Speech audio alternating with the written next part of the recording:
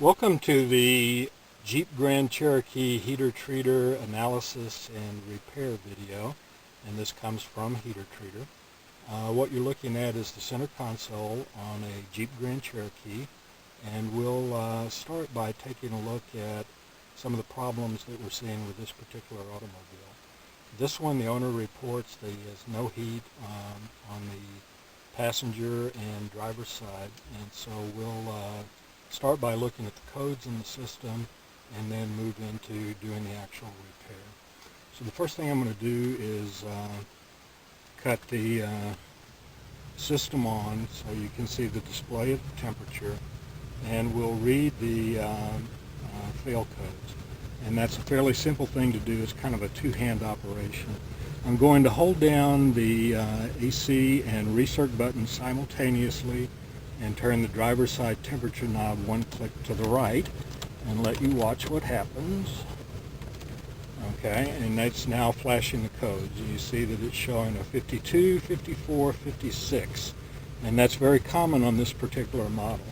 The 54, 56 are telling us that both the driver's side and passenger side blend doors are bad, and the other code we're seeing is a 52, and 52 is a Re-Circ door code, and that's the door that chooses between internal or external air coming into the system.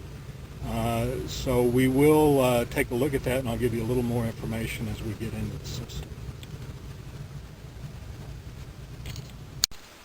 The first thing we're going to do is fully open the glove box. So you can see this one has already been fully opened. I'm going to give you a few hints on how this is done. You see the little shark fins that stick up, and there are two of those. And then if you look up in here, you can feel a groove where those shark fins will slide through. And I'm not sure if you're going to be able to see this, but there's a rubber stop that will move back and forth that covers that up. So the process of opening the door is, opening the glove box, is to open it about halfway, stick your hands up under there, and push these two little rubber flaps back. Okay, and once you do that, you open the groove and the shark fins will slide through and the box will come down. If you get frustrated, these rubber stoppers can be pulled straight down and just pulled out of the way and open the groove for the shark fins. If you do that, watch how it goes in and comes out again, because it is kind of difficult to put those back in. So what you're seeing here is the actuator motor, and this is the area that we're going to be doing the work in. And we'll get started on that in just a minute here. Okay, we're looking through the glove box opening. If you look in the upper right, you can see a grate, and this grate is the Re-Circ door up in here. And that door has two positions. It either closes off this vent or it closes off the external vent and operates in one of those two modes.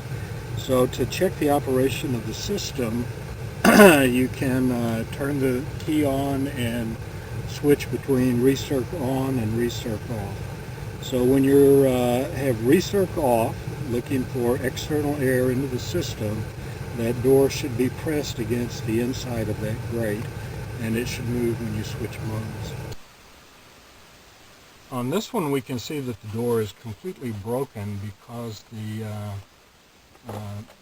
axle will spin all the way around. That should only spin about 90 degrees, and you can see that nothing is connected to this. So when we get inside the box, we'll take a look at the door, but you can see very clearly that it's broken.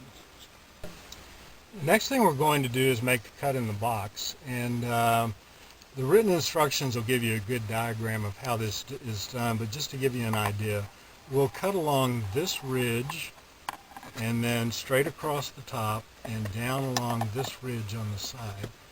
And if you'll notice, there's a tongue and groove interface between the top and the bottom of the box, and we'll leave that intact and cut through it here.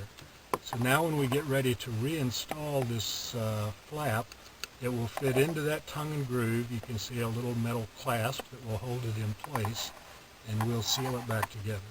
So I'm not going to bore you by making you listen to my Dremel tool and watch the cut, but we'll come back after we've made the cut. It is fairly simple, and again, we are following grooves or features that are molded into the box, so it's hard to make a mistake. Just for information, the evaporator core is to the right of where we're going to make this cut. So the only critical part is to make sure that when you come in with your Dremel tool, you're going straight in and keeping it straight towards the front of the car. You could potentially do damage to the evaporator core if you come in, plunge the bit all the way in and move it to the right and try to hit that core. It's possible, but as long as you're careful and keep it straight, there's no danger. The cut can also be done with a hot knife, and if you check our other video, you can see some techniques for cutting other than using the Dremel tool. And those are a little bit safer, but it's much, much slower. So we generally prefer the Dremel tool to just get in, cut it, and get out.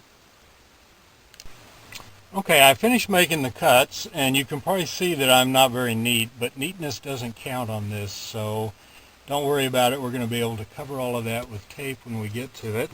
I'm going to let you watch me pull that door out for the first time since the car was manufactured.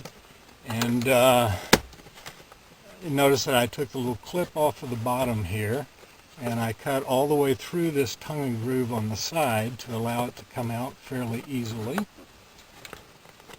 And just as I say that, of course it won't, but now we can pull that little piece out, and we'll be able to take a look at the driver's side blend door. And on all of these, you're going to be impressed with how grungy the foam is on this thing. But that will now break out and come loose. And if nothing else, just getting rid of this. Look at this, all gummy and sticky. Ew. Anyway, we will be putting in new clean foam and repairing the system. The next step we're going to take is to cut out the center portion, and there's good pictures in the instruction video, so I'm going to go ahead and make that cut, and we'll come back after we've made the cut and remove both doors.